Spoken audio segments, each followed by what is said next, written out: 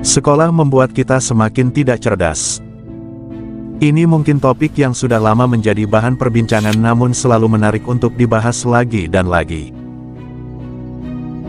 Saya yakin kita semua tahu, bahwa negara ini mewajibkan anak-anak untuk belajar 12 tahun, dari SD hingga SMA, dengan tujuan untuk mencerdaskan para penerus bangsa. Tujuan yang sangat mulia namun hasil akhirnya sebenarnya cukup diragukan. Saya juga pernah sekolah dan karena itulah saya akan mengutip satu komentar yang saya temukan dan saya rasa ada benarnya. Kita menghafal sebuah materi lalu menuliskan di lembar ujian lalu melupakannya. Kenapa dilupakan? Karena tak pernah ada yang menanyakannya lagi. Contohnya adalah pelajaran fisika kelas 10 tentang gerak jatuh bebas, apakah ada yang masih ingat rumusnya? Dan untuk apa itu digunakan? Sejak selesai mengerjakan ujian nasional pelajaran fisika, saya sendiri tak pernah menyentuh materi itu lagi. Memang banyak yang bilang kalau sekolah itu nggak penting, karena apa yang kita pelajari di sekolah sebenarnya tidak dipergunakan di dunia nyata. Namun bukan itu yang ingin saya bahas. Yang ingin saya bahas adalah kecerdasan dalam berpikir, bukan kecerdasan secara akademis. Contohnya begini, saat masih SD ada guru saya yang memberi tugas seperti ini, tuliskan mengenai diri kamu dengan panjang maksimal 10 baris. Dulu sih saya nggak ngerasa ada yang salah dengan tugas semacam itu, namun sekarang saya berpikir bukankah 10 baris itu terlalu sedikit untuk mendeskripsikan seorang manusia?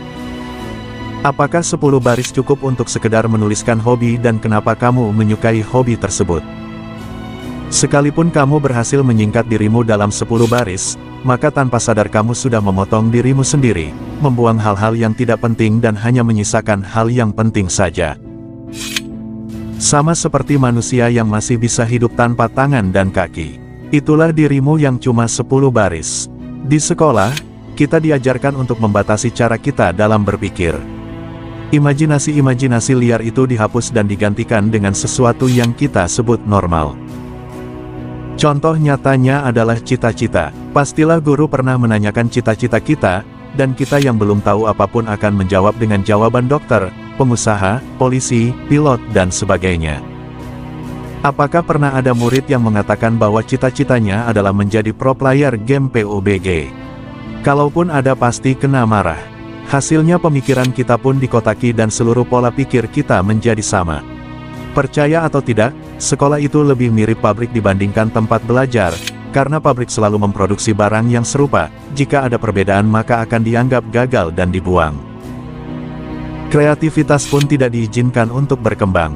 Contohnya pernah suatu kali saya menemukan cara untuk memecahkan soal versi saya sendiri, namun guru tetap menganggapnya salah, karena tidak menggunakan rumus di buku yang panjangnya bukan main. Inovasi itu dilarang, ikuti saja cara yang sudah ada dan nilai rapormu akan tinggi. Lalu apa lagi? Mari lihat jam belajar sekolah di Indonesia. Masuk jam 7 pagi pulang jam 1 siang, beberapa sekolah bahkan punya waktu belajar yang lebih lama. Pulang jam 1 siang lalu mengerjakan PR atau kerja kelompok. Ada lebih dari 10 pelajaran, jadi ada lebih dari 10 PR yang perlu dikerjakan dalam seminggu. Belum lagi les atau bimbel atau bimbingan.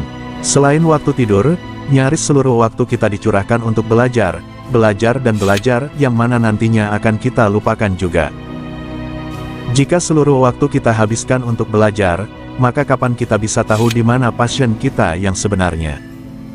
Kan tidak semua orang ingin jadi guru, yang harus mempelajari semua mata pelajaran. Hasilnya kita pun seringkali melihat kasus mahasiswa salah jurusan atau tak mampu menentukan jalan hidupnya. Hal paling parah dari sistem di atas adalah, sekalinya kita gagal dalam akademik maka kita akan merasa kehilangan segalanya. Apakah orang-orang yang bunuh diri karena tak berhasil masuk PTN favorit itu pantas ditertawakan? Tidak, mereka adalah bukti nyata dari sistem sekolah yang lebih mirip pabrik robot.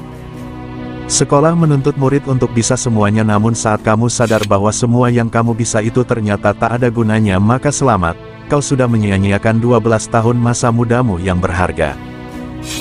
Melalui sekolah, Otak kita dibentuk menjadi sebuah produk yang sesuai dengan pasar, serupa dengan jutaan otak lain yang sudah lulus dari SMA. Saya yakin kalian pernah dengar tentang rumor-rumor orang yang tidak sekolah tapi sukses atau ranking terakhir tapi jadi pengusaha, sementara ranking pertama jadi pegawainya.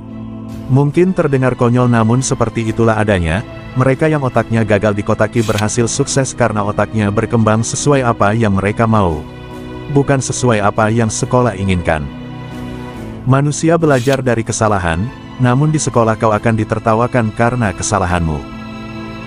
Sangat berat, padat, melelahkan dan ujung-ujungnya bisa saja tidak berguna. Itulah penjara yang kita sebut sebagai sekolah.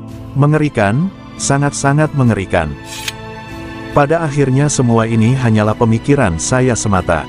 Saya nggak menyuruh kalian untuk berhenti sekolah, dan saya juga tak punya niat untuk mengkritik sistem pendidikan. Karena meskipun jutaan orang sudah mengkritik sistem pendidikan selama bertahun-tahun tetap saja tak ada yang berubah dari pendidikan di negeri ini. Saya hanya ingin menyarankan kepada semua orang tua dan guru yang membaca ini, tolong berikan yang terbaik untuk anak kalian, tolong dengarkan mereka, tolong mengerti mereka. Setiap anak itu unik dan tidak semua orang bisa dipaksa menjadi dokter atau engineer atau politikus. Tak ada yang salah jika seorang anak ingin menjadi gitaris, pelukis atau penulis artikel online. Khawatir mengenai pendapatan mereka di masa depan memang dapat dimengerti, namun gaji yang kecil lebih baik daripada menjadi stres hingga bunuh diri. Oke, sekian dari saya, mari bertemu di thread saya yang lainnya.